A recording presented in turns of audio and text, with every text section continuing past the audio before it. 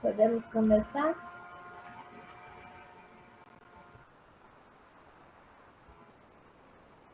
Bom, essa matéria é a mesma matéria que a gente vem tendo todos os anos. A Maiara tem conteúdo de ética que a Chapur deu. Então, é uma matéria comum, simples, prática, né? A gente vai começar definindo o que é uma avaliação psicológica, quais são os critérios dela. Os critérios de uma avaliação é definido por ser sistematizados, ou seja, segue uma definição já pré-pronta, apesar de que dentro da avaliação nós vamos manejar esses critérios da forma mais adequada que a gente se vê com os nossos pacientes, tá? E é um sistema de coleta de dados, interpretação de dados. E aí o objetivo é inferir construtos psicológicos, né? Então a gente vai avaliar inteligência, personalidade, habilidade, né? Sendo construtos variáveis latentes, não observáveis diretamente, mas inferidas a partir do comportamento. A avaliação, ela não consiste somente na avaliação, ela consiste na gente verificar, por meio dessas avaliações, o resultado, mas a gente tem que ver a situação do nosso aplicado, né? Juntamente com outras questões que a gente vê durante uma análise na avaliação psicológica, que a gente também já viu numa prova passada, tá bom? Até aqui ficou claro? Então podemos continuar. Aí temos as nossas competências. Nós, como avaliadores, não podemos só chegar lá, aplicar da forma que a gente quiser, dane-se a situação, as regras e leis, éticas e normas, tá? A gente tem vários critérios para conseguir aplicar uma avaliação. Então, por exemplo, busca fazer interferência sobre um construto em específico. Fazer interferência sobre um construto é usar testes de observações e dados para tirar conclusões. Não basta a gente somente usar o teste, como a gente viu na neuropsicologia, a gente tem que ter uma coleta de dados completa, entendeu? Temos que ter domínio da psicometria, psicopatologia e fundamentos básicos dos processos cognitivos. Então, dependendo do teste que a gente for aplicar, a gente tem que ter conhecimento, a gente tem que ter a base científica, não pode ser mais uma base de senso comum, tá? É a base científica comprovada daquele teste. E devemos também selecionar os melhores instrumentos para avaliação. Então, se a vai medir a inteligência, a gente tem que selecionar um teste que esteja classificado em medição de inteligência. Como, por exemplo, o Binet-Simon. Tá bom? É aqui simples e prático. Então, devemos domínio do que a gente vai fazer, não somente analisar os testes, mas múltiplos fatores e a seleção de instrumentos. Competências básicas. Podemos seguir. Aí a gente entra no conceito do que vai ser psicometria. Para quem vai acompanhar pela apostilinha que eu fiz, eu pulei a parte histórica primeiro no slide, para a gente focar só depois na parte histórica e fazer de uma vez só, tá? Então, a psicometria é a área responsável pela construção e validação de instrumentos psicológicos. Os principais conceitos incluem a validade, precisão, normalização, ou seja, de certo modo temos e análise fatorial. Temos esses 4 funcionamentos que vai constituir a psicometria para conseguir validar e aprovar um teste, né? Então a gente pode continuar aqui de um por um. A validade é o grau em que o instrumento mede o que se propõe, tá? Então, exemplo, um teste de inteligência realmente avalia a inteligência, seja raciocínio, resolução de problemas, o conceito de inteligência, tá? E não memória ou linguagem apenas, mas o que deve medir. Ele vai medir a inteligência. Então, isso é a validade. A validade é o que ele vai validar e o que ele está analisando. Temos a análise fatorial, que é a identificação da estrutura interna do teste. Então, por exemplo, a análise é mostrada que possui 2 fatores principais, por exemplo, raciocínio verbal e raciocínio lógico. Isso indica que o teste não mede uma coisa só, mas dimensões internas organizadas. Mostra como o teste é organizado por dentro. Fatorial é de fatores, então não é somente um fator, você vai fatoriando, é um termo tanto matemático quanto também de forma geral na língua portuguesa, para identificar tudo que está dentro do teste, tá? Ele não vai medir só uma coisa, tem múltiplos fatores que ele deve estar medindo, e aí que está a análise fatorial. A precisão é a consciência dos resultados, né? Então, se a mesma pessoa faz o teste hoje e daqui a alguns dias, sem mudanças reais, obtém resultados semelhantes. Essa é a precisão. Você sempre vai aplicar e vamos ver a precisão de um teste. Exemplo, um teste de ansiedade apresenta resultados parecidos em diferentes aplicações. O que significa? Isso mostra consistência. Mesmo, então, isso vai medir a consistência do teste. Precisão vai medir o quão preciso é o teste. Geralmente não tem mudança, porque segue essa precisão, tá? Geralmente, mas pode ter mudança, aí a gente sempre vai avaliando, não são mudanças drásticas, assim, como a própria Letícia falou. Ô, Isa, mas sempre tem que fazer um teste de novo para ver a precisão ou não? Sim, porque aí você faz o teste, né, Suzy? O teste deu uma mudança. Você vai refazer para ver se essa mudança realmente está de acordo ou se você errou alguma coisa. Ah, essa mudança aconteceu, está de acordo, é assim que agora a pessoa está. Você vai tendo que refazer, não é só uma vez só. Não, eu entendi. Mas você faz um primeiro e depois de um tempo, não para ver se esse está certo. Você pode fazer a precisão para ver se está certo, porque aí você pode confirmar várias vezes. O normal, como a própria Letícia disse, é um acompanhamento constante nesses tipos de teste. Mas a precisão é, se você quiser refazer 1000 vezes esse teste, por opção sua, é para dar resultado semelhante. Beleza, obrigada. Aí temos a normatização, que é a comparação com a amostra representativa, né? O resultado de uma criança em um teste de inteligência é comparado com o de outras crianças da mesma idade. Essa é a normalização. Exemplo, dizer que a criança está acima da média só é possível porque existe uma amostra de referência. Ou seja, a normalização a gente vai comparar com outras situações, outras pessoas, do mesmo, claro, mesma faixa etária, mesmo estilo de teste, vai seguir esses critérios. Não é nada demais. Deu para entender até aqui? Ainda bem. Aí, a aplicação de teste não é muito minha praia, mas vamos que vamos. Antes da gente fazer um checklist, eu só vou voltar aqui, porque tem uma parte na folhinha que eu não coloquei aí, porque é o que a gente sempre está reiterando, mas eu vou reiterar de novo, apesar dos professores já ter falado várias e várias vezes, tá? A ética na avaliação é fundamental. A gente tem o código de ética, lá propõe como a gente vai fazer uma avaliação. Oi, Isa. Quer que eu ponha a folha e depois volto aqui? Ah, se Ou vocês não? quiserem, pode ser. Aí eu leio aqui os conceitinhos. Então, peraí.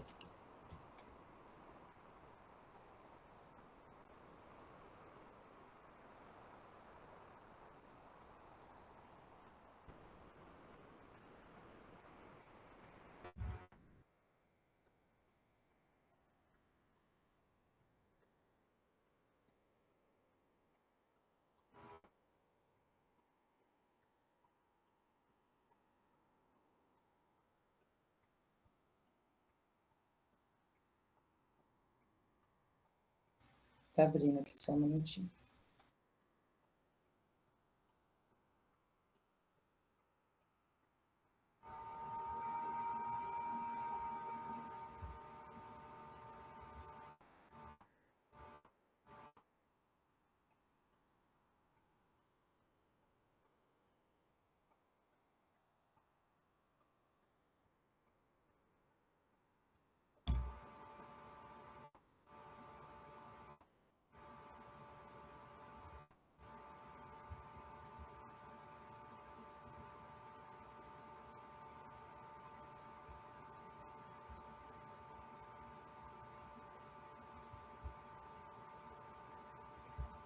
Acho que meu computador tá doente, porque tinha aberto bonitinho daquela vez, ficou certinho. Agora foi de novo, peraí.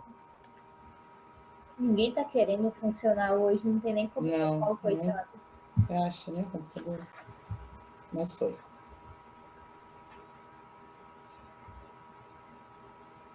Tá, depois de validade, precisão, normatização.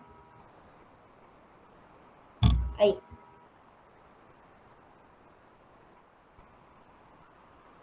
Pode já ir falando? Basicamente, a ética é o nosso conjunto de regras que devemos seguir para preservar os direitos humanos. O nosso paciente tem os direitos dele, a gente constitui com base nisso.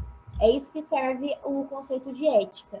Então, quais que são nossos papéis como psicólogo? Claro, para uma avaliação, para o conceito de ética do profissional do psicólogo, é muito complexo eu falar todos aqui, né? Então, a gente vai falar dos direitos e dos deveres simples, que é o que a gente sempre faz numa avaliação. Por exemplo, respeito à dignidade e direitos humanos. Devemos ter esse respeito. Responsabilidade social, todo mundo aqui deve ter. Uso de técnicas científicas fundamentadas. Não podemos somente criar da nossa cabeça um teste, tem que ter o teste validado. Sigilo profissional, não podemos sair comentando do teste. Como a Mayara havia mencionado, com autorização, claro que a gente pode comentar. Se for um teste de uma empresa que a gente faz com vários funcionários, ou nem que seja individualmente, e a empresa quer ter os resultados, a gente tem que assinar o contrato, tem que ter a permissão, tem que ter a aprovação de tudo. De modo geral, o sigilo é esse. Independente se a gente vai falar para a empresa, ainda assim mantém o sigilo. E comunicação adequada dos resultados. Não somente isso, é direito do nosso aplicado, que eu não coloquei aí, mas a Lívia e a Lívia, Letícia, meu Deus, eu confundo os nomes. Mas a Letícia sempre viveu falando, é a respeito do ambiente adequado. A gente vai ver que, às vezes, nosso paciente vai estar cansado, nosso paciente tem muito teste para aplicar, tem muita conversa que a gente também acaba fazendo com que ele fale, ele pode se cansar mentalmente, pode estar cansado fisicamente. Então, é nosso dever avaliar a situação do teste e parar o teste. Esse é o conceito. Essas são as éticas que devemos ter, que a gente deve seguir. Conceito básico e simples. Até aqui todo mundo entendeu?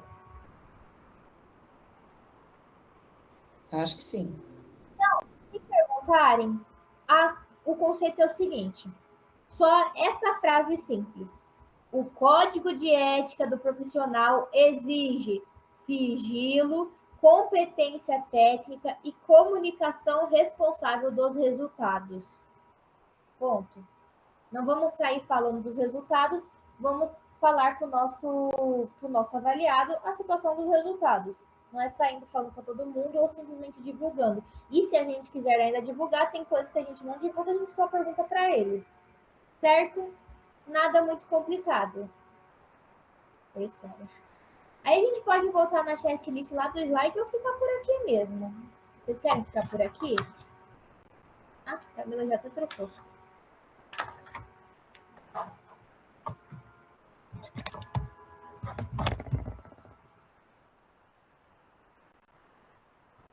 Então, aí a gente tem vários conceitos da checklist. São muitos conceitos, mas são os conceitos que a gente bate a mão, tá falando já desde muito tempo, então é decoreba, entendimento e raciocínio lógico, tá? A gente tem um objetivo claro da avaliação. O que a gente vai avaliar? Para que a gente está avaliando? A gente vai avaliar uma criança com dificuldade de aprendizagem? Vamos avaliar isso. Por quê? Porque a gente quer saber qual é a dificuldade dela, certo? Esse é o conceito. Adequação dos instrumentos, né? Ou seja, usar testes de memória para avaliar memória e não testes de personalidade. Adequação dos instrumentos adequados, checklist. Validade, precisão e normatização aprovadas pela SATEX. Isso é muito importante. Nossos testes, devemos verificar o site da SATEX constantemente para saber se o teste que a gente vai aplicar tem validade, precisão, normatização e tem o verificado da SATEX, tá? Utilizar testes que estejam aprovados, garantindo que ele mede corretamente, com consistência e tem normas brasileiras. Por que normas brasileiras? A gente não vai pegar um teste vindo dos Estados Unidos de modo cru, sem que a SATEX se aprovou, sem que ela adaptou, e aplicar. Não tem. Estados Unidos é uma coisa, Brasil é outra. Isso envolve muito contexto histórico, contexto ambiental, contexto sociocultural, envolve várias coisas. Um teste aplicado nos Estados Unidos é diferente em todas as áreas do teste aqui no Brasil. Eles apenas têm a base semelhante. Aqui todo mundo entendeu por que a gente tem que ter essa validade brasileira? Tá bom. Competência técnica do avaliador. Então, se você não sabe aplicar um teste de inteligência, você não aplica. Você tem que ter a competência necessária, né? Se ele sabe aplicar, você tem que saber corrigir, interpretar e não ficar somente no teste em si. Não podemos só usar o teste como nosso vocábulo principal para avaliar uma pessoa, tá? Competência é isso, basicamente. Saiba do que você está fazendo, saiba do que você está falando.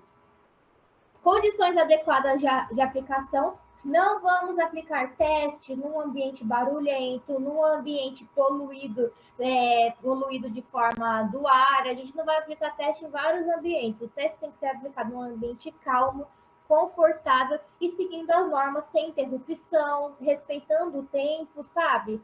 São todos esses conceitos de condição. Acho que todo mundo aqui já fez o teste de pauzinho, né, do Detran. Ambiente adequado, situação de tempo adequada, ponto. Esse é o conceito. Adequação do público-alvo. Então, a gente não vai aplicar um teste infantil no público adulto. A gente tem que averiguar a aplicação do que a gente vai fazer e de quem que é o teste e escolher a melhor adequação, entende? É basicamente isso. Não vamos aplicar um teste muito avançado no nível de escolaridade em alguém que tem baixa escolaridade. São essas adequações de adaptações. Cada teste tem um motivo para existir e cada teste tem um teste para aplicar para alguém específico. Nível mental, escolaridade, enfim. Consentimento informado. A gente tem que falar para a pessoa sobre a situação do teste, temos que explicar o teste, temos que falar tudo para aquela pessoa e ter a aprovação dela. Não basta a gente só falar, a gente vai aplicar isso, mas não vou falar o que você vai fazer, eu não vou falar nada. Se vira, descubra. Não, a gente tem que explicar a pessoa o objetivo da nossa avaliação, o objetivo do teste, o que aquele teste vai assimilar, o que aquele teste vai fazer nela. Ponto. Sigilo e uso ético dos dados. Por que sigilo? A gente precisa respeitar o paciente. Uso ético dos dados, a gente não vai compartilhar. Só que como a própria Maiara e a própria Letícia vivem falando, tudo bem você quiser fazer um relatório, mas você tem que avisar sobre o paciente, que é o consentimento informado, e ter a ética na hora de você fazer o relatório. Você não vai sair falando o nome, CPF, dados do paciente, tá? É o relatório que a gente geralmente sempre faz. Evitar vieses e interpretações indevidas. Ou seja, a gente não pode concluir que uma pessoa tem baixa inteligência somente por um teste ou porque ele foi mal em alguma coisa. A gente tem que considerar múltiplos fatores. Esse é o conceito. Então, vamos considerar a entrevista, vamos considerar a situação que ele estava, vamos considerar se ele estava ou não nervoso, se ele estava ou não feliz, o ambiente do teste, vários fatores. Não devemos só focar no teste, devemos também focar em várias situações. Integração de múltiplas fontes de dados, ou seja, não é depender só do teste. Enquanto no evitar vieses, você não pode concluir que alguém tem baixa inteligência, aqui, para você concluir o teste por completo, a avaliação psicológica, porque a gente tem que ter uma ideia na mente. Existe diferença de avaliação psicológica e teste psicológico, tá? O teste é o teste aplicado. Então, eu vou pegar vamos supor que isso seja um teste, uma prova. Eu vou entregar, o teste é isso. O teste só vai medir se eu vou tirar 0 a 100. Mas não posso considerar somente ele. Então, eu tenho que considerar, para uma avaliação psicológica completa, a avaliação com o indivíduo, a observação, informações adicionais, né? Tudo que a gente já viu na aula da Giovana se aplica para essa aula. Não é só o teste. O teste é só mede aquele conceito, mas pode ser muito variável, entenderam? Vou dar o mesmo exemplo que eu dei para deixar bem mais fluido. Vou dar o mesmo exemplo que eu dei quando dei a aula da Giovana. No teste, pode ser que a pessoa esteja... Eu não sei se dá para ver por completo. Vamos supor que eu esteja assim, né? Aqui está a minha folha. Isso aqui é o teste. Mas, por baixo, eu tô mexendo minha perna, eu fico fazendo assim toda hora, eu fico mexendo o cabelo, respirando fundo, fico fazendo assim, tô ansiosa. O teste só vai falar que possivelmente eu fui mal, mas aí isso é explicado pela minha ansiedade, então não é somente o teste que vai validar a minha situação. Todo mundo compreendeu a checklist? Não é uma coisa complicada, é mais do mesmo, né?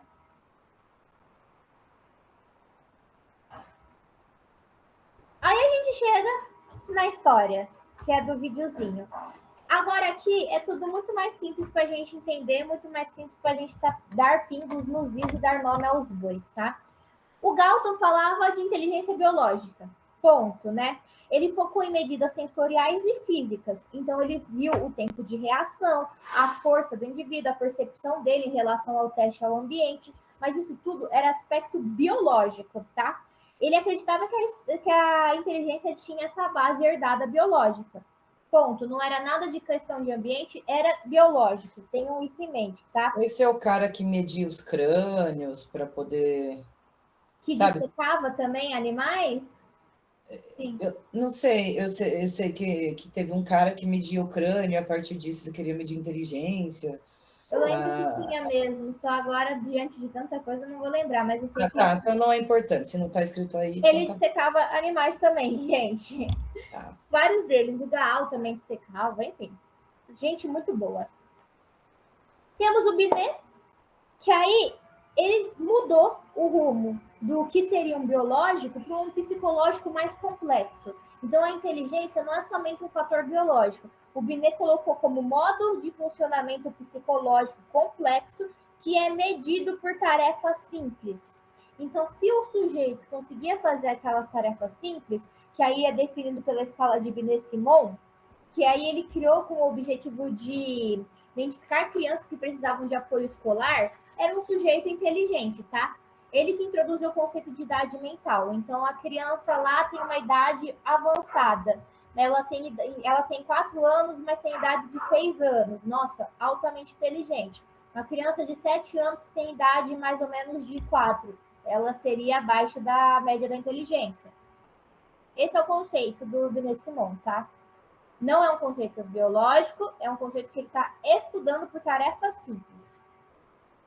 Aí vem o Stern, que ele formalizou o conceito de QI, quociente de inteligência, né?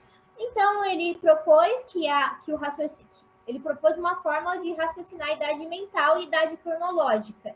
E essa formulinha, analisando sua idade mental e cronológica, vezes 100, seria o seu quociente de inteligência, tá? Ou seja, a inteligência tornou basicamente algo quantitativo e comparável. Você podia comparar ela e ela seria sistematizada, não seria multifatorial, seria aquilo, ponto, fim de papo, chora quem não for inteligente. Além de que, mais aprofundadamente, a inteligência, o QI, ele foi criado nos Estados Unidos para ser dos Estados Unidos, para ter a vivência e cultura americana, isso são as histórias básicas. Por isso que ele era um teste até então considerado segregacionista e um teste muito hierarquizado para aquele tipo de situação. Pessoas que não se adaptavam ao país de primeiro mundo eram consideradas inferiores. Por isso que esse teste, por muito tempo, aplicando em alguns países da África, como Serra Leoa, dava muito baixo, eles consideravam somente isso como importante. Não era até então um teste global, era um teste só de um grupo específico, né? Eu não sei se isso é útil ou não, mas é porque eu lembro que a Letícia sempre falou mal do teste de QI. Ela falava mal por conta disso, elitização do teste. Aí chegamos no Wechsler, que aí ele definiu a inteligência como capacidade global de agir com propósito e se adaptar ao ambiente. Você tem um propósito, você sabe seu propósito, se você está em um ambiente, você consegue se adequar e adaptar, isso é uma inteligência. Ele basicamente viu de um aspecto biológico, porque o aspecto de adaptabilidade ambiental vem do Darwin, tá? Porque nós somos seres que evoluímos conforme o ambiente nos adaptamos, só que não é somente mais algo somente biológico, é um conceito de capacidade geral, então é uma avaliação geral, tá? Então, ele definiu como a capacidade global de agir, pensar e se adaptar. Criou o teste do Weiske e do Visk, que avaliam diferentes habilidades. Então, ele avaliou a habilidade verbal, raciocínio, memória, e a partir desse teste, de forma a falar globalmente, ele definiu a inteligência como algo multifatorial. Foi uma das evoluções, porque a inteligência parou de ser singularidade, parou de ser algo propriamente de um único conceito e foi analisado por multifatores, tá? E aí veio o Charles Sperman, que aí ele definiu que a inteligência que está presente em todas as capacidades cognitivas. Ele propôs a teoria do fator G, que representa uma inteligência geral presente nas atividades cognitivas, né? Segundo ele, além desse fator, existem habilidades específicas, que é o fator S, mas que provê do fator G, tá? Então, tem uma coisinha muito importante para falar do Sperman e do Wechsler, que eu separei aqui, que ela perguntou, deixa eu ver se eu até consigo mandar. Mas ela perguntou Oi, tá. Esse negócio de fator G, quando eu perguntei para ela na sala, ela não soube me responder. O que é isso, gente? Basicamente é o seguinte, você não tem somente uma única inteligência. É um conceito geral de fatores. Então, pode ser que você saiba falar muito bem, você tenha uma coordenação vocal muito boa, mas uma coordenação ruim. Ou você saiba de um assunto de matemática, mas não saiba de história. É um fator G de definição geral. Não é só um único fator. Tanto o Wechsler quanto o Sperman focavam em multifatores para avaliação de uma inteligência. Enquanto os outros demais, como o Galton, focava no biológico, porque aí seria o único fator, né? O Binet falava do aspecto de Binet-Simon, que também falava a respeito de um único fator em específico, e o Wester também, do QI, todos eles sendo explicados, se você parar para analisar por um aspecto biológico focado em umas áreas específicas, não multifatores, o Wechsler e o Sperman, principalmente o Charles aí, eles fizeram multifatoriais. Quando a gente fala fator G de inteligência, a gente não está falando de um fator tipo QI, sabe? Então, você é inteligente só por esse fator, esse cálculo de QI. Por Sperman, não. Não, fator G, múltiplos fatores. Você pode ter, vamos supor, não existe, tá? Mas vou dar só um exemplo. 5 fatores. Você é boa em 3. Você é inteligente. Não tira seu mérito que nesses 3 fatores você é inteligente. Esse é o fator G. Oi, Mel. Esse cara aí, essa pesquisa dele foi precursora das múltiplas inteligências do Gardner, então, né? Que tem 9 tipos de inteligência. Então, ele baseou-se nessa pesquisa desses caras aí, provavelmente, né? Esses dois, o Wechsler e o Sperman, foram os pioneiros. Por quê? O Wechsler e o Sperman, eu vou ler aqui o que eu anotei, porque eu estava lendo e estava anotando, para não esquecer.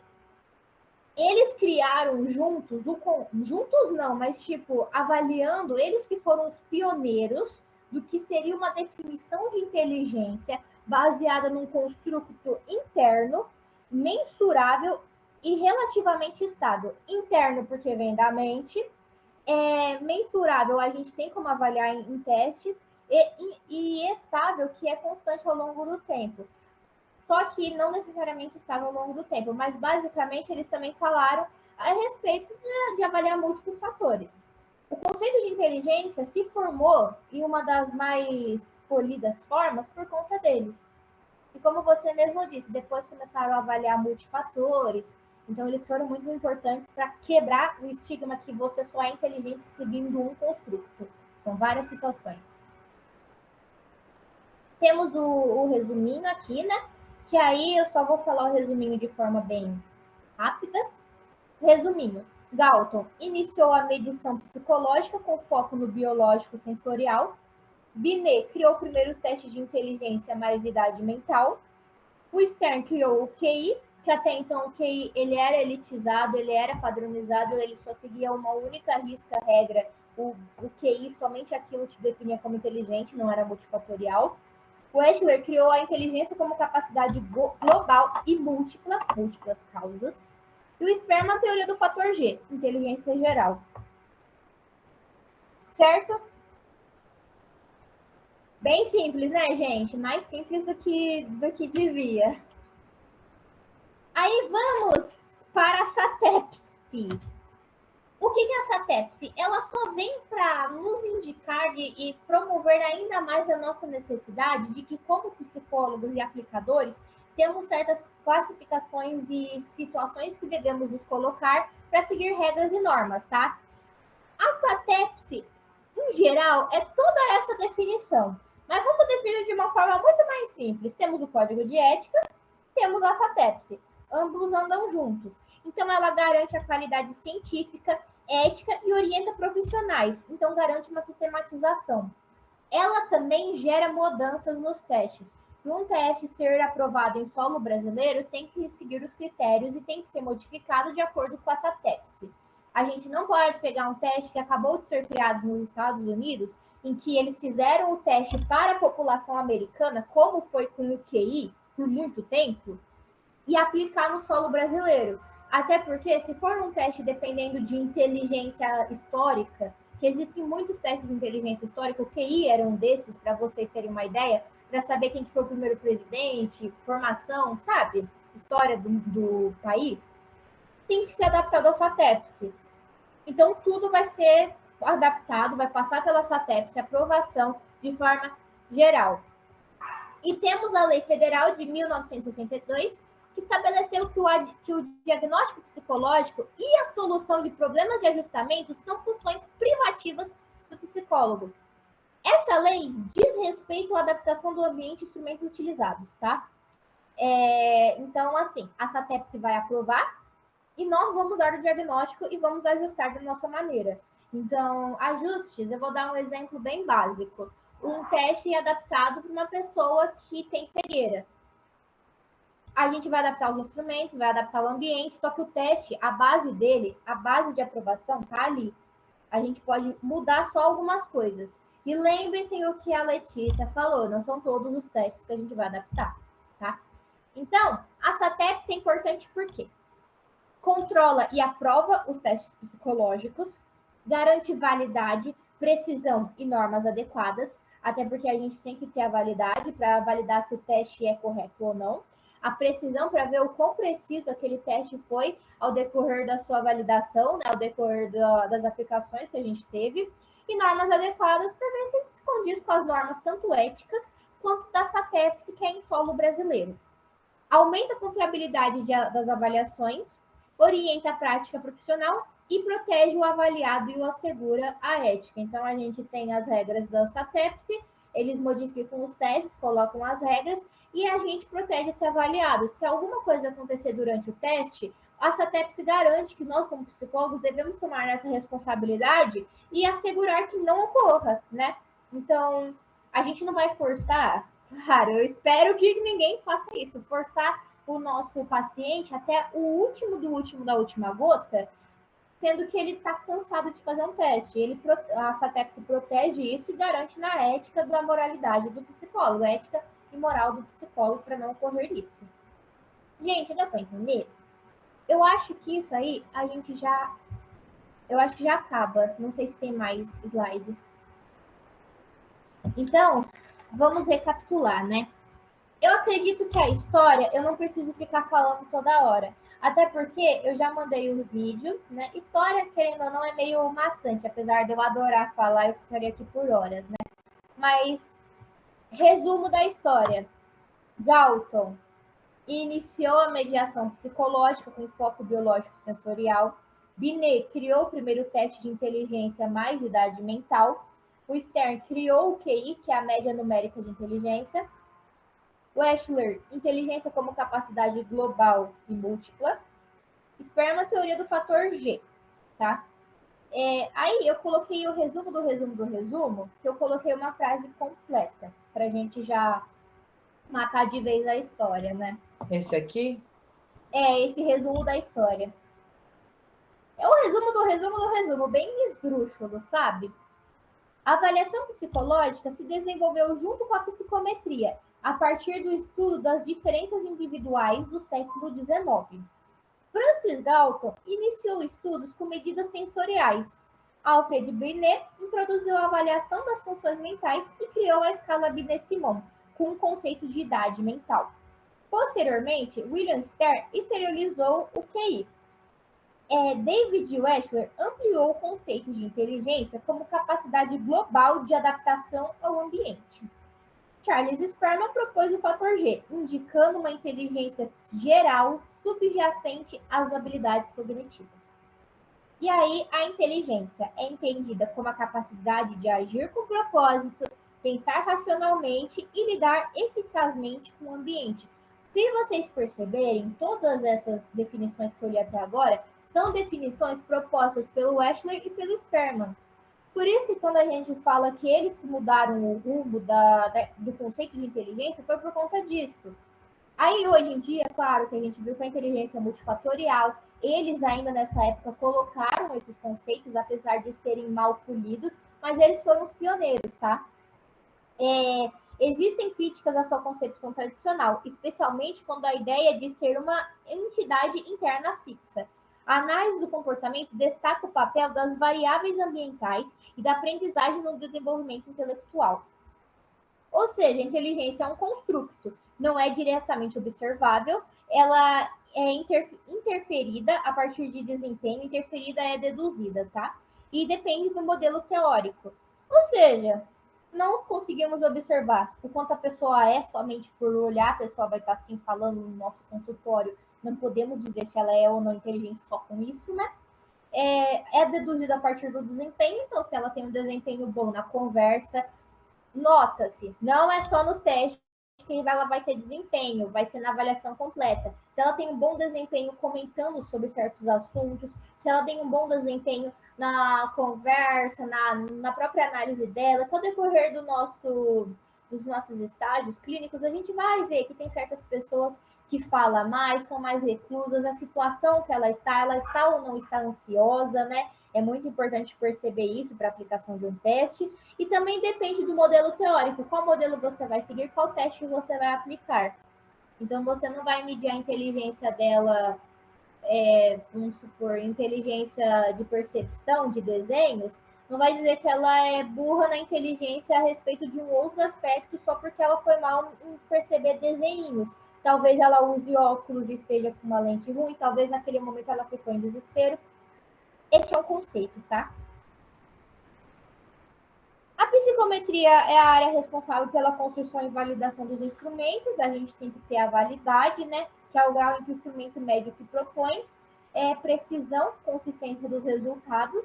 Normalização, a gente compara com outras situações, né? Então, uma criança que fez um teste de inteligência, vamos comparar com outras para verificar a normalização desse teste, tá? Análise fatorial, identificação da estrutura interna do teste, né? Então, vários fatores que criam um multifatorial. Certo, gente? E aí, voltamos para a checklist, porque é melhor a gente dar mais uma lida antes de fazer os exercícios que o Pedro pôs. Eu não Você sei quer essa checklist ou outra? Pode ser essa daí tá bem mais direta. Então, vamos aplicar, todo mundo aqui vai aplicar um teste. Devemos ter em mente qual é o nosso objetivo. Que teste é aquele? A gente vai aplicar um teste para quê? Vai ser para inteligência? Vai ser para ver se a pessoa tem TDAH, para ver se a pessoa tem autismo? Nosso objetivo, aplicando aquele teste na avaliação, tá? Adequação dos instrumentos. Vamos usar instrumentos adequados para o tipo de teste que a gente vai aplicar e adaptar o instrumento para a pessoa, se for necessário. Vamos verificar através da SATEP se o teste tem validação, precisão e normalização, se segue os critérios propostos, tá? A competência técnica do avaliador, não vamos aplicar nada que a gente não saiba, devemos ter um conjunto de normas e regras que devemos estar cientes, tal qual a gente deve saber como aplicar aquele teste. Condições aplicadas, então, ambiente, não vamos fazer um teste com barulho, não vamos fazer um teste em que a pessoa claramente está desconfortável, em estado de choque ou incapacitada de fazer o teste por algum motivo, não vamos. Validade não, condição nesse quesito, né? A adequação do público-alvo, não vamos colocar um teste, né, para uma criança fazer quando é um teste a respeito de adultos, da mesma forma que não vamos dar um teste de, como que se diz, escolaridade nível superior para alguém que tem baixa escolaridade. Essa é a adequação do teste. Como eu mencionei, existem vários testes para várias pessoas e devemos seguir esses critérios. Consentimento informado. Olha, fulano, vamos fazer um teste disso. Diga ao seu cliente, paciente, a respeito do teste que você estará fazendo. E tem esse consentimento informado de ambas as partes, tá? Sigilo ético dos dados, não vamos divulgar para todo mundo, não vamos simplesmente sair falando, olha, fulano fez esse teste, o resultado deu X. Evitar viés e interpretações indevidas. Então, não vamos simplesmente colocar, como que se diz? A carroça na frente dos bois, tá? Não podemos colocar vieses ou não podemos simplesmente falar como se somente o teste psicológico fizesse uma avaliação completa, tá? E para fazer uma avaliação psicológica completa, devemos ter a integração de múltiplas fontes de dados, que não é só o teste, é a avaliação, a anamnese, como foi mencionada pela própria Giovana, né? Devemos ver a situação do indivíduo, dados de coleta, histórico. Esse é o conceito diferencial de teste psicológico para avaliação psicológica, tá? E, gente, é isso. Eu fiz o resumo do resumo do resumo do resumo, mais ainda. Então, o resumo do resumo antes da gente fazer os exercícios, tá? Construto, variável latente inferida, ou exemplo, inteligência. Psicometria, área que estuda medidas psicológicas, que garante a validação dos testes, tá? Validação e precisão, bases científicas dos testes. QI, fator G, diferenças individuais, interferência psicológica, regulamentação da SATEPS, ética profissional, uso responsável dos testes e história da avaliação. Construto, psicometria, validade, precisão, normalização, QI, fator G, interferência, tudo que eu falei, são fundamentais para a compreensão e para a precisação da avaliação geral, que não é somente o teste, é o nosso avaliado de forma geral. Certo, gente? Alguma dúvida? Eu espero que não. Maravilhosa, maravilhosa. Obrigada, amor. E agora o Pedro passou. Tá, o Pedro passou. Eu já tô com ele aberto aqui, é o primeiro link, né? É o O primeiro outro é uma Pedro. tabela, ele falou, é isso? Acho que é.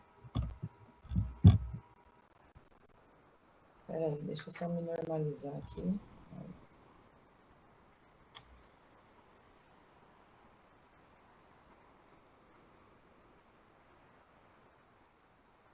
Eu só gostaria que alguém lesse, sabe? Mas espera aí que eu vou organizar aqui como que tá.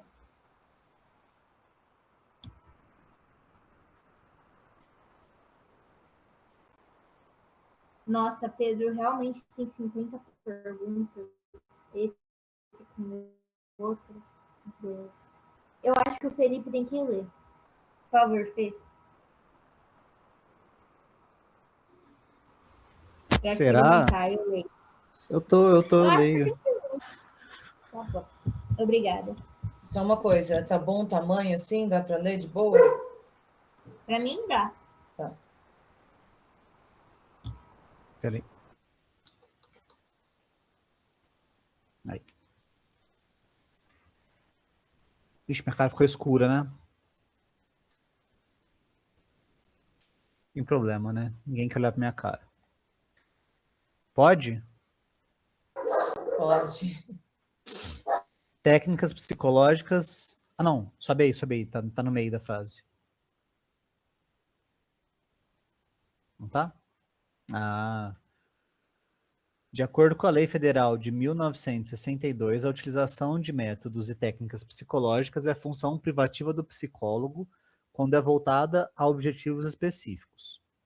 Qual das seguintes alternativas apresenta a lista correta e completa destes objetivos? Desce aí. A. Diagnóstico psicológico, orientação e seleção profissional, orientação psicopedagógica e solução de conflitos organizacionais. B. Diagnóstico psicológico, orientação e seleção profissional, orientação psicopedagógica e solução de problemas de ajustamento. Peraí, qual que era a pergunta mesmo? Sobe lá que eu já me perdi. Apresenta a lista correta e completa, tá?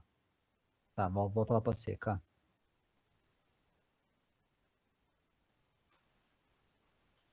É que eu também me perdi qual que era a pergunta e eu não estou conseguindo colocar a tela do lado de novo, sabe? Então eu tenho que ficar voltando para abrir o áudio, desculpa. Quer que eu abra aqui no meu isso aí? Melhor que eu dei uma perdida, que é... Você sabe o link, né? É o primeiro que o Pedro mandou. É o primeiro que o Pedro mandou. Cadê? No grupo ou no... aqui no... No grupo. Tá escrito notebook.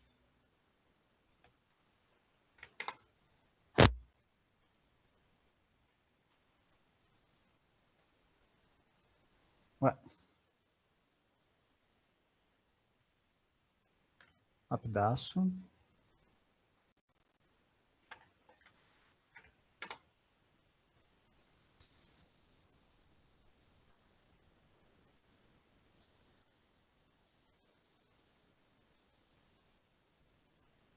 Pegou aí? Eu mandei respondido aí no grupo. Sim, eu tinha aberto outra coisa aqui.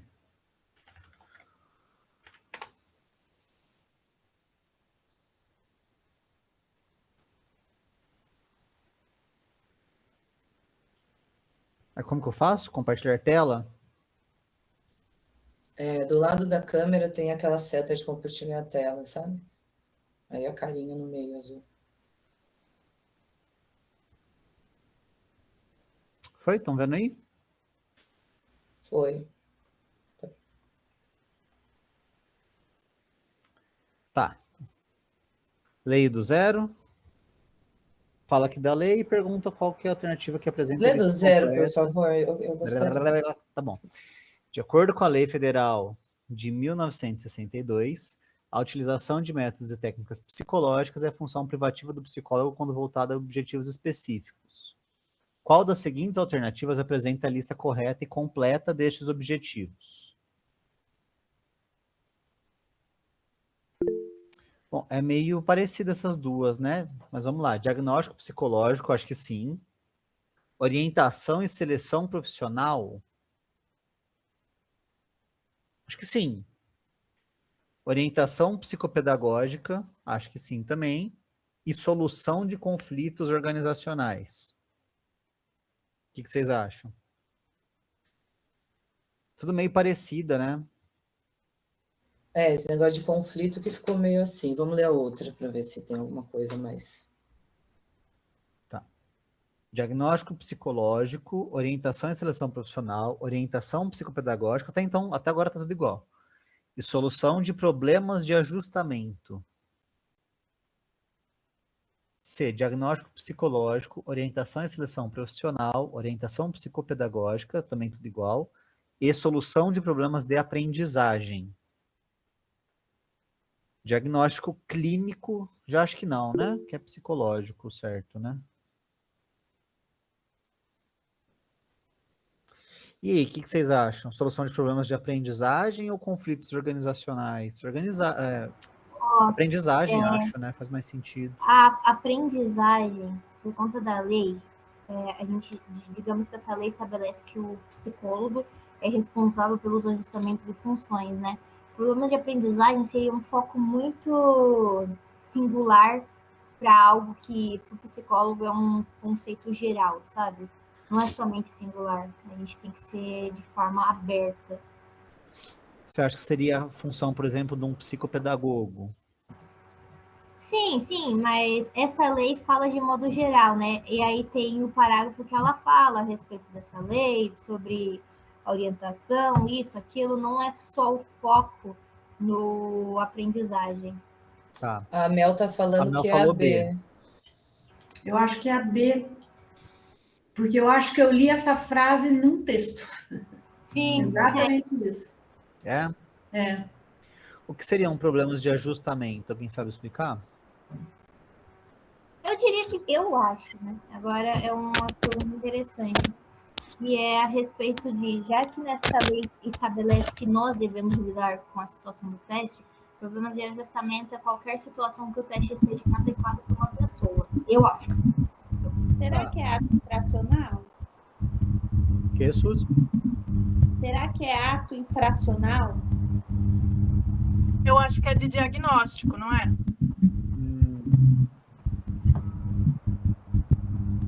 Não sei, gente. Vou clicar na B então, a gente vê. Aí, ó. Não acertou. Reproduz Ele disse fielmente. que como pedir dica. Eu não sei como pedir, mas ele falou que tem. Ah, tá.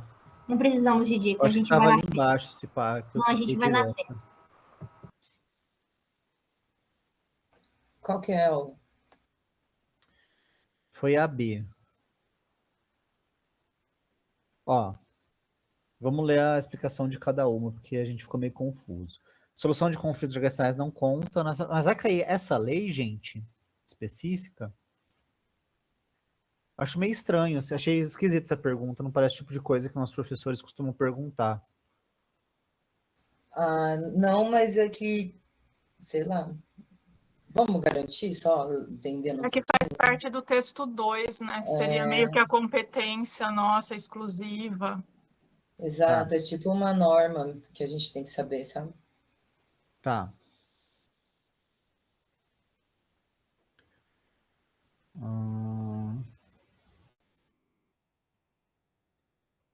os outros falam que, ó, não menciona problemas organizacionais. A C fala que não menciona problemas de aprendizagem.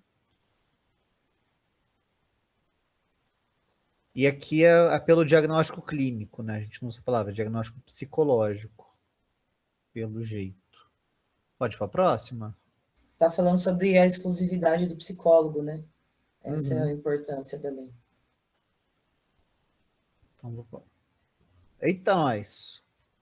No contexto da psicometria, a relação entre o score observado, o score verdadeiro e o erro de medida é fundamental. Qual fórmula expressa corretamente essa Ah, tá de relação? sacanagem. Eu duvido que a professora peça. Isso não vai cair nem a pau.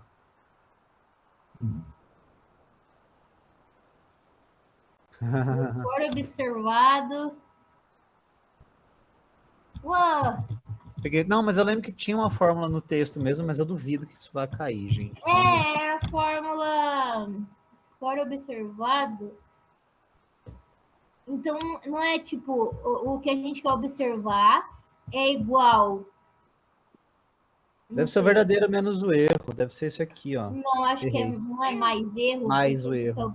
Ou menos. Mas, gente, isso aqui não vai cair nem ferrando. Vamos pro próximo. O modelo Cattell-Horn Eu acho Carroll que agora o Pedro Falei. conseguiu fazer todo mundo acordar. botou. Fala. Aperta na dica. Ah, tá. Mas, gente, acho que aquilo lá não vai cair nem a pau, mas assim. Vocês querem voltar? Eu dei uma atropelada aqui, mas eu acho que. Esse aí é o quê? É a fórmula de relação. Felipe, Oi. pode só ler para mim do que se trata, que eu não consegui ler? Tá, desculpa. Sou acelerado. Não, só para ler mesmo, para eu saber só. No contexto da psicometria, a relação entre o score observado, o score verdadeiro e o erro de medida é fundamental. Qual fórmula expressa corretamente essa relação?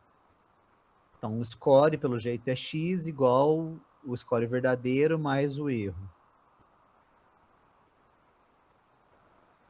Obrigada.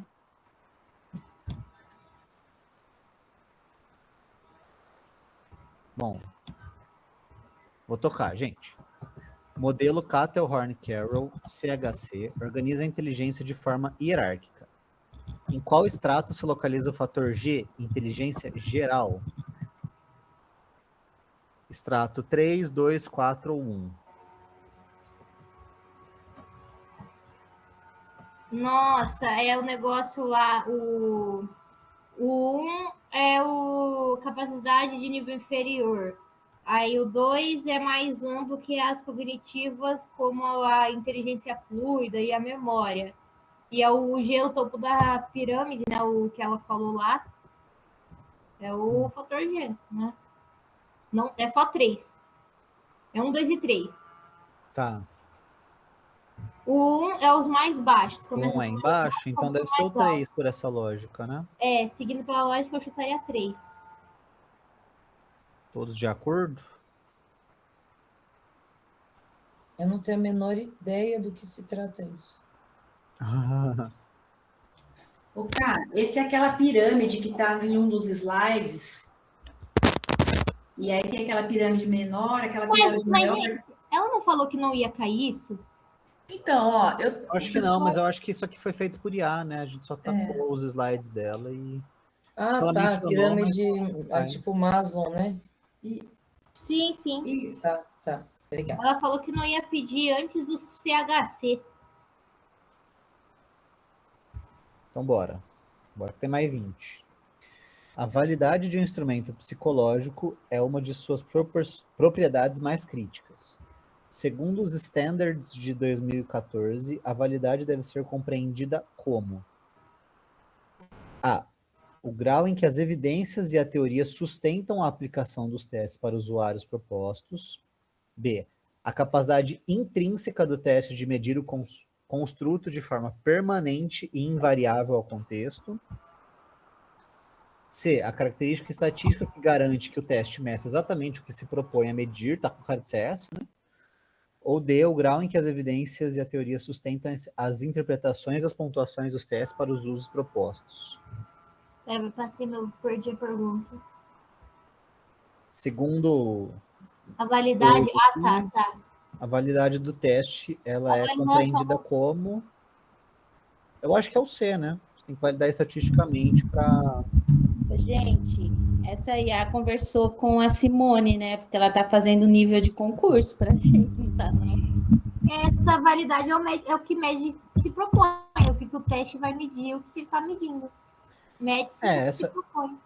Essa eu acho que até faz sentido, né? Tem uma característica estatística que garante que o teste meça exatamente o que se propõe a medir. A validade é a validação, quão válido ele é. Então vai, C? Pode dar-lhe? Sim. Ué, por O grau quê? em que as evidências e a teoria sustentam as interpretações e as pontuações dos testes para os usos propostos. Não é a C, porque a definição moderna de validade vai além da estatística, envolvendo um processo de investigação científica e teórica contínua. Mas a C fala, não fala? A estatística garante que o teste... Ah, estatística. Então vai além disso, pelo jeito, né? Essa foi a coisa estatística, né? Pô, que pegadinha do cacete. Eu não acho que a professora vai fazer isso, sinceramente. Ela não tem cara de quem quer se esforçar demais. Corta esse daí do YouTube, hein? Nossa, Pedro, corta, por favor. Vai que ela fez. Vai, sobre o sistema SATEPS, qual foi um dos principais motivadores para sua criação pelo Conselho Federal de Psicologia? Desejo de impedir que as profissões tivessem acesso a qualquer tipo de sala de avaliação. Interessante. O grande número de denúncias de infrações ao Código de Ética relacionadas especificamente à avaliação psicológica. A demanda governamental por um sistema que pudesse diagnosticar transtornos mentais em larga escala, ou a necessidade de centralizar e comercializar dos testes psicológicos para evitar a pirataria. B. D? B. Não, B não, B. B de bola. Esse está no texto daquela Muniz, se não me engano. Essa frase. Então vai. O SATEP surgiu como uma resposta às falhas éticas e técnicas detectadas na prática profissional e na qualidade dos instrumentos comercializados. Chique. O próximo, ninguém falou nada. Nas estruturas do VISC 4, o subteste cubo contribui para qual índice e qual fator de teoria? Ah, acho que isso aqui não tem cara de... Nossa, gente, isso vai cair porque ela falou que só ia cair história e Acho que não. conceitos básicos. Que porra é essa? Eu acho que não. Ah, eu chuto. Bora, próximo. Nem vamos enroscar aqui, não. Não, não quero saber. Ah, Você tá quer bom. saber? Eu queria. Quer que eu leia tudo? O cubo, ele é... Eu diria que ele é... Deixa eu ver, qual cubo que tá escrito? Tem dois, um que avalia processamento e um que avalia... Ah, eu chutaria processamento espacial. Eu sei que é processamento e processamento visual. Ah, eu chutaria espacial. Não sei. Espacial. Espacial também. Eu também. Eu vou na B. Seria qual? É a B de bola? Eu acho. Ué. Não! Fiquei Organização perceptual e processamento visual. Ô, gente, eu coloquei lá no nosso grupo, aqui, o que ela vai pedir na prova, aquilo que ela escreveu na lousa. Se a gente quiser conferir, tá lá. Ah, checklist de aplicação. O que é checklist de aplicação do VISC? O que é isso? O E são aquelas coisas, a gente tem que se atentar ao teste, a gente tem que saber o objetivo claro da aplicação. Ah, aquele checklist. Tá, lembrei. Exatamente o que eu também anotei, não acho que vai cair tudo isso, não. Aí, ó. Textos do Drive, da história da avaliação, vai cair só até o início, antes de começar a falar de RFT. Vai cair da história da inteligência, etc. Vai cair também checklist, que são algumas coisas que devemos nos atentar antes de aplicar instrumentos. Tá. Aí. Vamos que vamos. Por enquanto, estamos tomando pau aqui desse teste. Qual das seguintes fontes de evidência de validade analisa se os itens de um teste são representativos do conceito que se pretende medir? A. Evidência baseada nas consequências da testagem. B. Evidência baseada no processo de resposta. C. Evidência baseada na estrutura interna. Meu cachorro ficar maluco aqui, dá para ouvir? Sim. Sinto muito. Qualquer coisa outra pessoa lê. D. Evidência baseada no conteúdo. Das seguintes fontes de evidência de verdade, analisa se os itens de um teste são representativos do conceito que se pretende medir.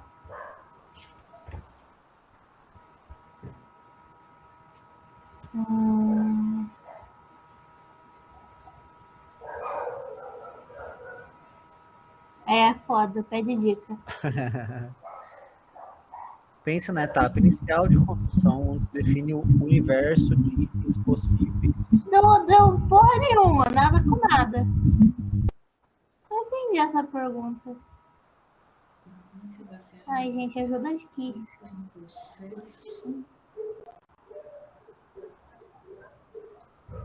Eu não acho que seja baseado nas consequências da testagem. Porque se já é para ser consequência, seria algo inviável na minha cabeça. Se é validade, seria, por exemplo, validade de critérios, né? Seria C? Para mim, a Eu A faz chutaria C sentido. também. A C? É mais viável. Vai ter na estrutura interna, né? Não vai ser só nas consequências da testagem. Ô, gente, não é a evidência baseada na estrutura interna? Interna, não. No C? conteúdo? No conteúdo, né? O conteúdo que vai definir qual é o ponto que a gente vai medir. Pois é, fiquei na dúvida agora. Eu também. Evidência de validade, analisa se os itens. De itens possíveis. Se a etapa inicial é o conteúdo inicial, né? Porque o conteúdo é a primeira parte que a gente tem que fazer numa avaliação para saber o que a gente vai avaliar. Se é inicial. Mas qual que é a diferença entre estrutura interna e conteúdo? É o conteúdo. No conteúdo. Baseia-se no conteúdo, eu acho. Acho, não sei. Eu chuto conteúdo também. Aí. Aê!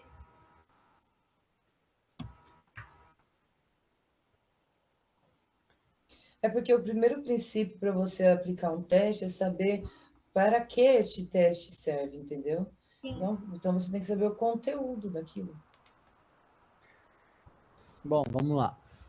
Na perspectiva da análise do comportamento, a inteligência é criticada quando usada como uma explicação circular.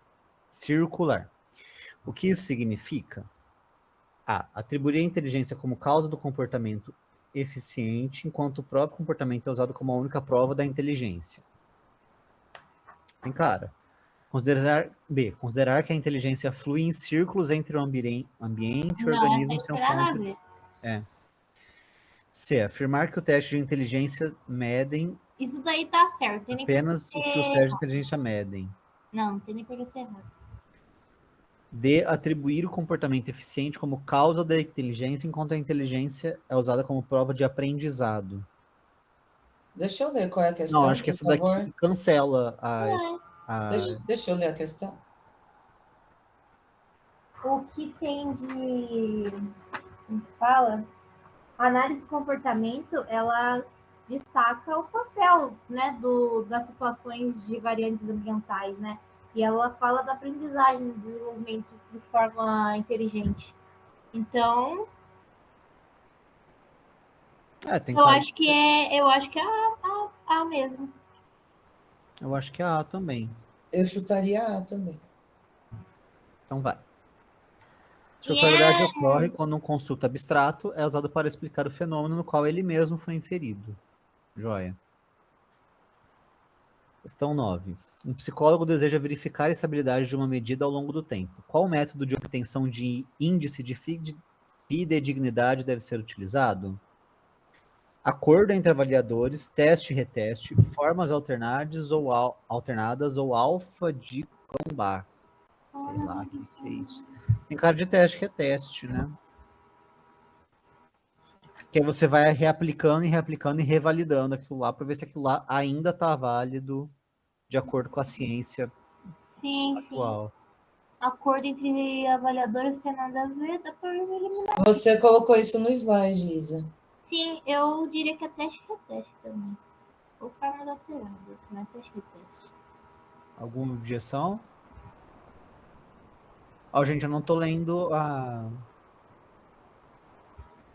conversa do Meet, tá? Só quem falar alguma coisa. Quem acha que é B, manda joinha.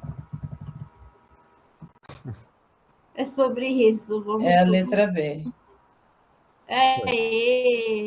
Aplica o mesmo instrumentos em dois momentos diferentes para verificar a correlação entre o resultado. Joia. De acordo com o texto, a Lei 1962 não restringe o instrumento em si, mas sim o seu uso. Qual exemplo ilustra um uso não privativo de um teste psicológico? Um uso não privativo, tá. Um psicopedagogo... uso geral. Uhum. Um psicopedagogo utilizar teste de inteligência para realizar orientação psicopedagógica em ambiente escolar.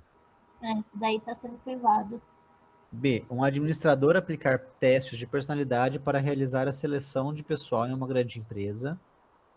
C. Um médico utilizar uma escala de depressão para realizar um diagnóstico psicológico em sua clínica particular. Ou um médico utilizar uma escala de depressão para auxiliar na formulação de diagnóstico psiquiátrico visando prescrição medicamentosa. Não, isso daí foda-se. O cara de CAC, né? Ele não pode entrar no nosso quadrado. É assim.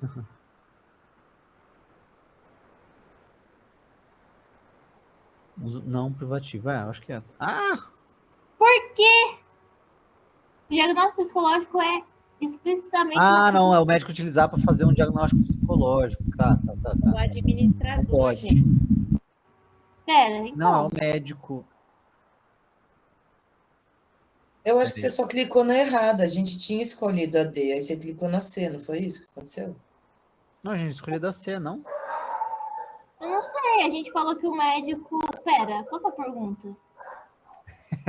Já tô confusa, gente. Eu tô muito cansada. Tô parando de funcionar. Qual exemplo ilustra um uso não privativo de um teste psicológico? Não privativo? Então, ele pode usar a depressão, uma escala de depressão para auxiliar na formulação. Porque é para auxiliar, não é para realizar. Nossa, mas que puta pegadinha. Né? Meu Então, Deus. todo mundo entendeu? Pode ir.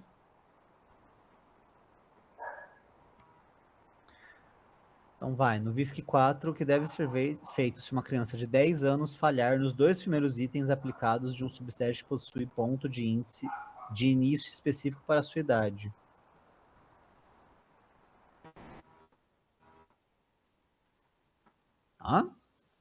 Aquele negócio que a gente foi aplicado em sala, se a gente erra, a gente tem que aplicar revertido.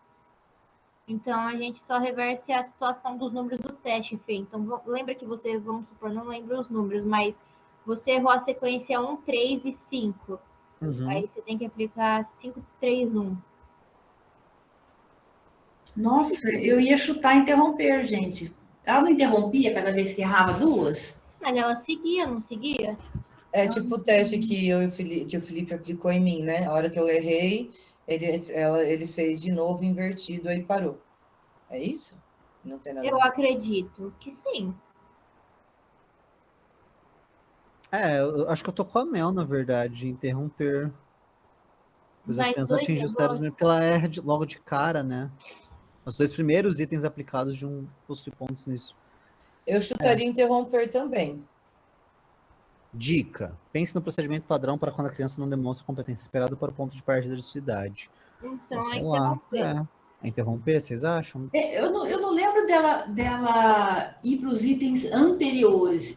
O que eu lembro, veja Também se o meu não. raciocínio, ela interrompe e passa para o próximo, não é? Sim, eu também acho que é isso. É que o teste que eu lembro daquele teste de número, o próximo item ele era o número inverso, né? Não me pego. É Mas verdade. eu não lembro. Todo mundo errou. Gente, tá muito brutal esse aqui. O teste, então, é referente ao teste que você fez comigo, Fê, do cubinho. Quando eu errava, você parava e fazia ao contrário, lembra? Mas é tão específico. Gente, agora quem vai ler vai ser a Zelda. Eu sei que tá escuro, não dá pra ver ela. Mas é isso. Tá muito difícil aqui, eu pedi ajuda pra ela. Né? Ai, que lindinha. Ô, Fê, deixa eu só ver o enunciado, por gentileza.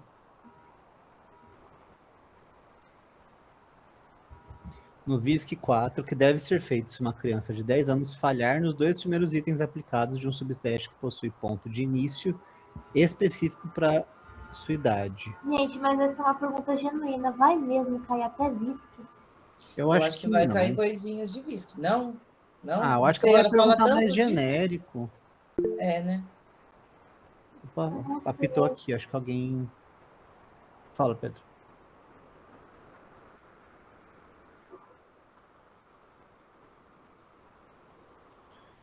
Mas será que nesses parâmetros vai cair? Ixi, Suzy, tá cortando tudo sua voz. Ela falou que não vai cair o VISC. Não vai cair? A aplicação é uma coisa muito Não tô entendendo nada. Alguém tá entendendo? Eu entendi, agora eu lembrei. Ela falou que ela não ia.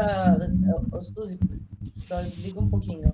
É isso que você falou, né? Ela não vai. Ela disse várias vezes que não vai cair o VISC, a aplicação de teste. Foi isso que a Suzy falou. Ainda bem. Suzy, dá um joinha se foi isso mesmo que você falou.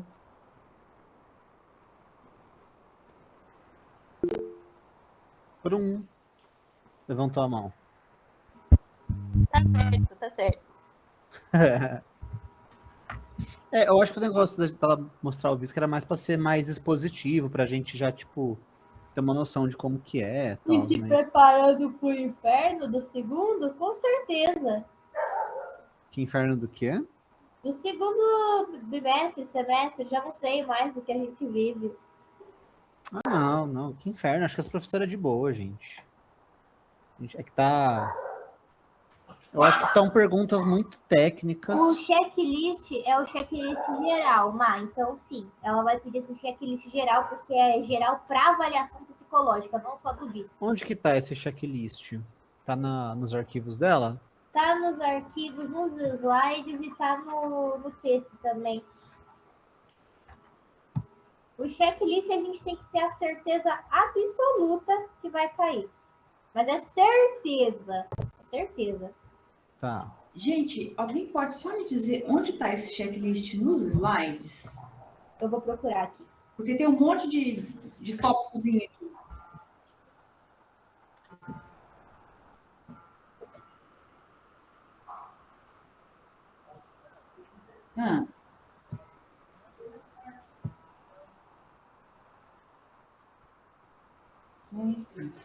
Cadê ela aqui?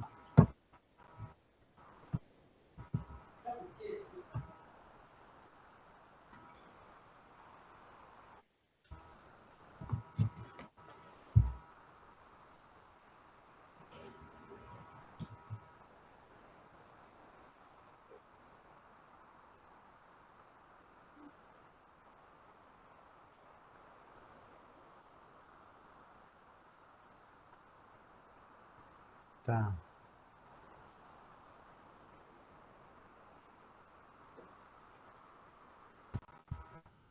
Calma, ó, agora eu abri o Classroom aqui. Em qual que tá o checklist?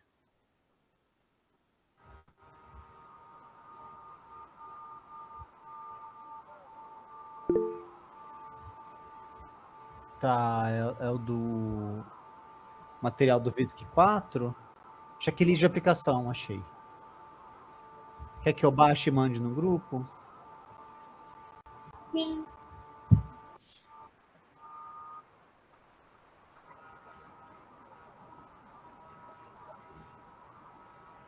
Aqui, eu mando.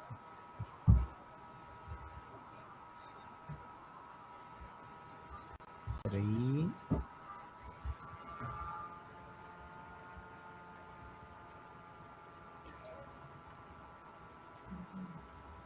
Vocês querem... Deixa eu ver se aqui funciona.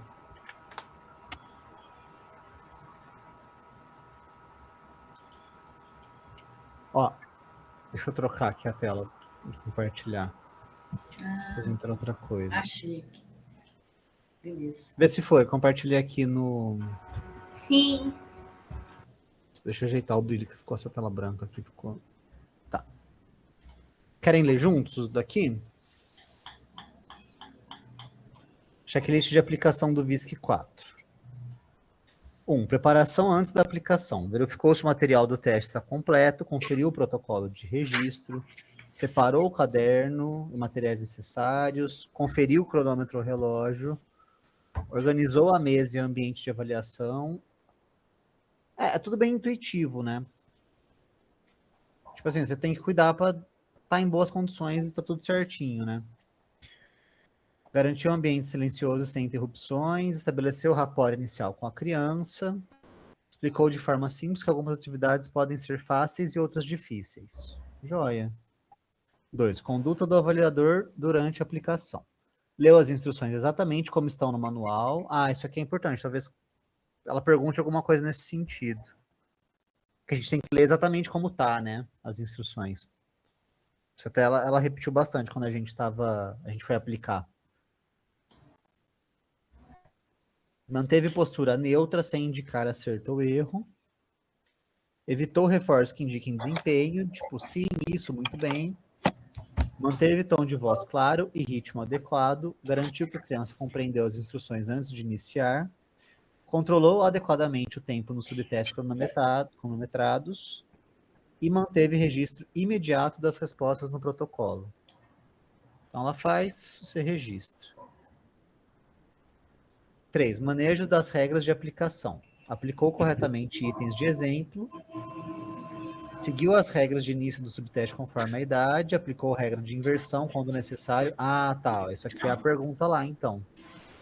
Regra de inversão e regra de interrupção.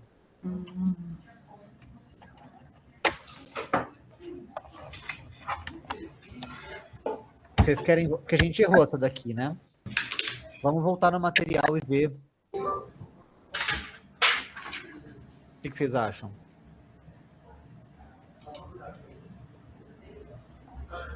Ainda soltou um joinha. Vocês acham que vale a pena, gente? Ou eu tô tomando muito aqui, Isa? Melissa deu joinha também. Luana. Dá pra desenhar? Dá pra desenhar.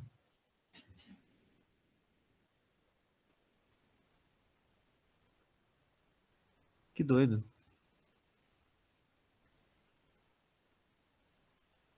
No último que é, mano?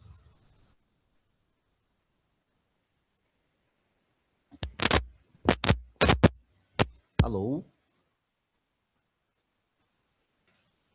Gente.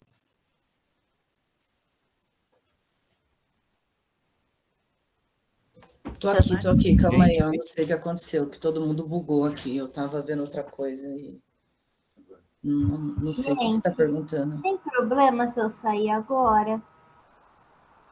Não, Isa, de boas. Mas bom estudo para vocês, viu, gente? Me desculpe por o material tá incompleto. Agora eu tô ficando desesperada, mas vamos que vamos, vai dar tudo certo. Vai dar bom, vai dar bom, vai dar bom. Obrigada, Isa. Muito obrigada. Obrigado, Isa. Desculpa aí qualquer coisa que eu fiz aí. fritado. Você apresenta super bem. Eu vou te colocar para apresentar mais. E Ah, peraí, eu grandes vou ver poderes. como que eu saio, gente, sem sair todo mundo. Ah, pera. Felipe, eu duvido que você faz isso na prova. Faz o quê? Isso que você fez agora, riscando aí. Ixi, você Duvido. não viu meu caderno. Eu não sabia que vocês viam os riscos. Eu perguntei, ninguém falou nada. Só tem pinto no caderno dele. Aí, ó, tava demorando para desenhar o falo. Você que pediu. Bom, Gente, então, gente, o que a gente faz? a gente volta nas perguntas ou a gente para aqui? Não entendi. Desculpa, eu buguei Não sei também. também. A Isa que é professora, a Isa foi embora. Ô, gente, eu tô indo também, viu? Vamos parar aqui, acho que a gente Então já vamos tá. todos. Não, eu vou, porque eu já não tô mais prestando. Um Acabou beijo. o suco cerebral. Acabou tudo aqui. Eu também dei uma bugada aqui, olha, fui para Nárnia e voltei. Acho que Mas eu vou valeu parar. muito, foi muito bom, obrigada. Ajudou pra caramba, clareou várias coisas aí. Obrigada, gente. Um beijo, gente. Ó, que aula que é, gente? Que vai ser na segunda aula, né? Primeiro da segunda. Tia com um negócio lá do trabalho de projeto de extensão, né?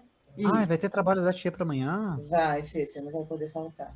Ai, Jesus. Não, não era por isso. Eu só que não tô sabendo. Não tem que chegar com nada lá, né? Eu acho que ela vai explicar. Eu não sou a melhor pessoa, a Marina que sabe de tudo isso sempre, né? Ela é esse departamento. Lembro que ela falou para levar canetinha, uma coisa assim que a gente ia fazer. Canetinha? A Marina escreveu isso no grupo, inclusive, que ia levar canetinha. Ai, meu Deus. Gente, boa noite. Bob Goods? Vamos fazer Bob Então, Goods né? da saúde? Vamos fazer Pinchar uma o Bob Goods mental no de novo. SUS?